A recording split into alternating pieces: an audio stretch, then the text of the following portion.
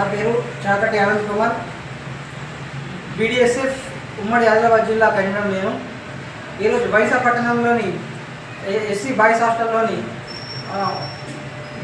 BDSF మహనీయుల ఆశయాల సిద్ధాంతాలకు ఆకర్షితులై విద్యార్థులు ఈరోజు చేరడం జరిగింది.